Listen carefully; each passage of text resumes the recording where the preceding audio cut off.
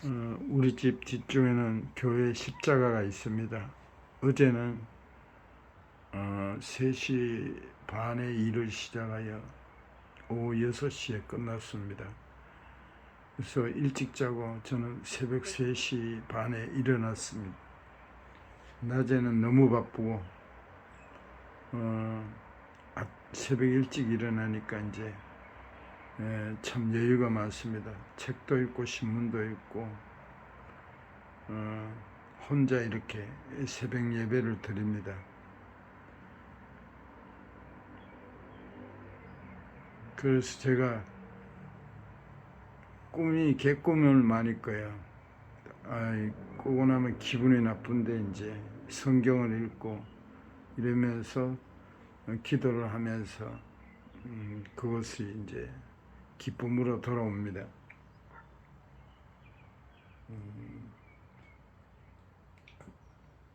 가난하여도 성실하게 행하는 자는 입술이 패역하고 미련한 자보다 나으리라.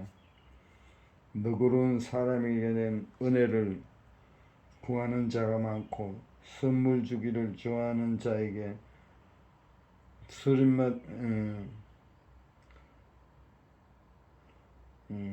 사람마다 친구가 되느니라.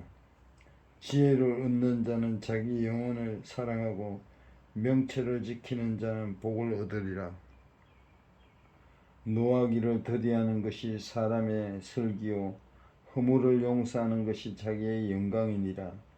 계명을 지키는 자는 자기의 영혼을 지키거니와 자기의 행실을 상가지 아니하는 자는 죽으리라.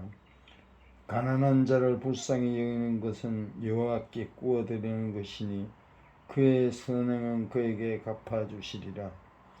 너는 권고를 들으며 훈계를 받으라. 그러면 내가 필경 지혜롭게 되느니라. 거만한 자를 때리라. 그러면 어리석은 자도 지혜를 얻으리라. 명철한 자를 견책하라. 그러면 그가 지식을 얻으리라.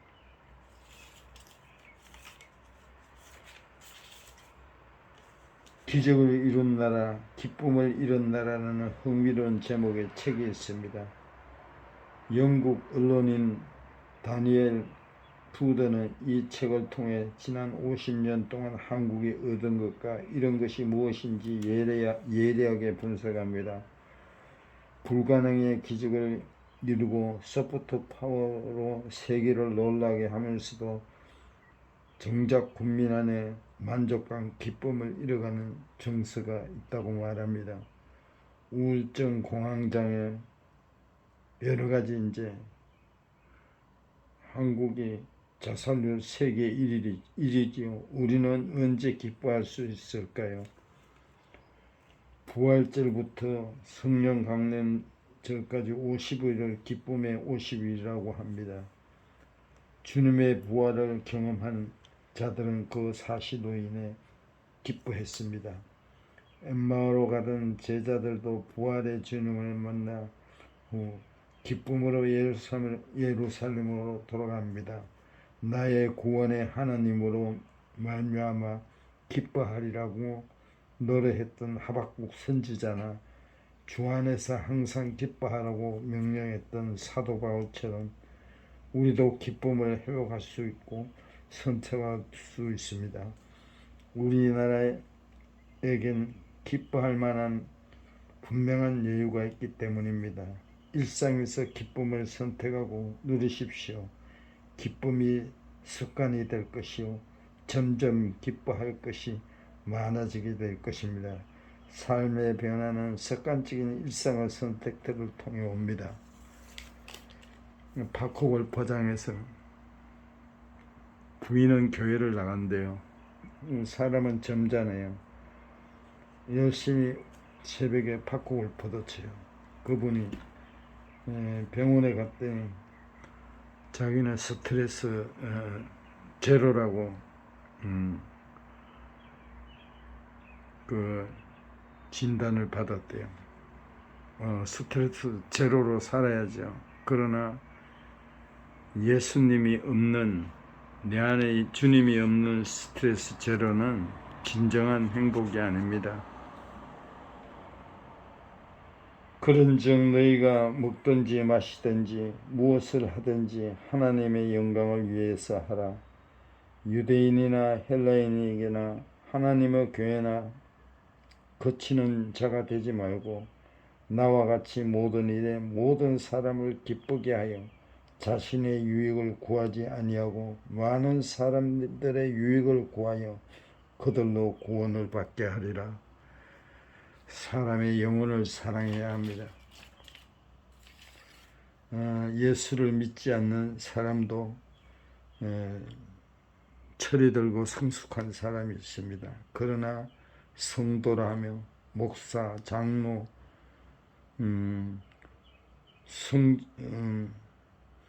성숙되지 못하고 정교 행위를 하는 사람도 많습니다. 고린도 교회는 그리스도 예수 안에서 하나님의 은혜를 받았고 어느 교회도 뒤지지 않을 만큼 풍성한 성령의 은사를 받았습니다.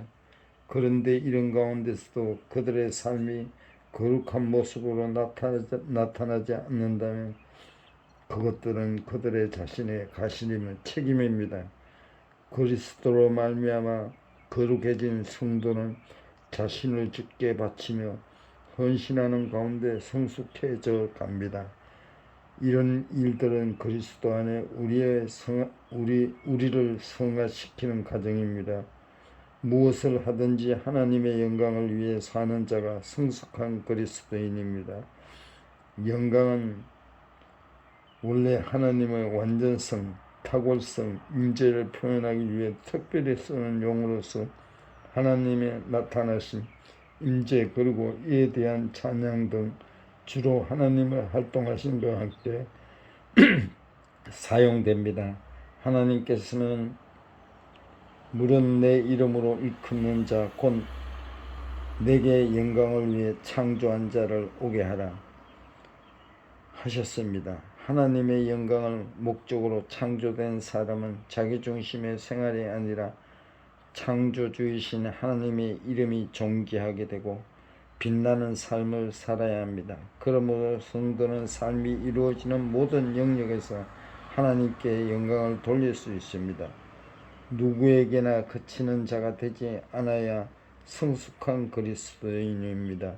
여기서 그치는 자는 다른 사람을 실족시키는 사람을 말합니다.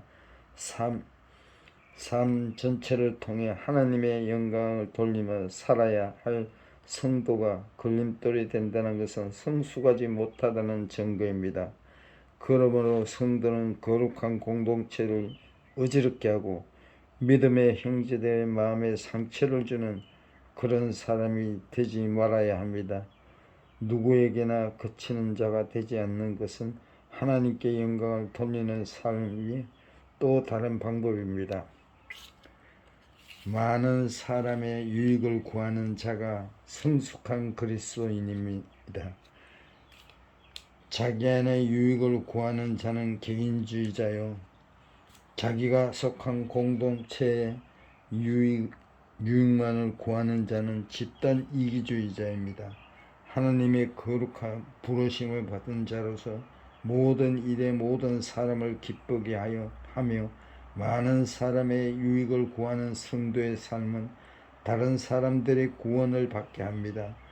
구원의 기쁨을 간직하고 살아가면서 많은 사람의 유익을 구할 때 잔잔한 그리스도인의 향기로 퍼집니다. 요즘 복음이 전도가 안 된다고 하는데 예수 믿는 사람들이 바로 살지 못하기 때문입니다. 무엇을 하든지 다 하나님의 영광을 위해 하라는 말씀은 모든 가치 판단의 기준이요 모든 그리스도인의 생활 표준이 되는 말씀입니다. 인생은 삶의 목적이 분명한 생활을 철학이 확립되어야 합니다. 하나님의 영광을 위해 한 삶, 남에게 그침이 되지 않는 삶, 많은 사람의 유익을 위한 삶으로 기쁨이 넘치는 성숙한 성도의 가정을 이루어야 할 것입니다. 거룩하신 하나님, 허물과 죄로 얼룩진 우리를 새롭게 하시니 감사합니다. 먹든지 마시든지 무엇을 하든지 하나님께 영광을 위해서 사는 자가 되게 하옵소서. 예수님의 이름으로 기도드립니다. 아멘.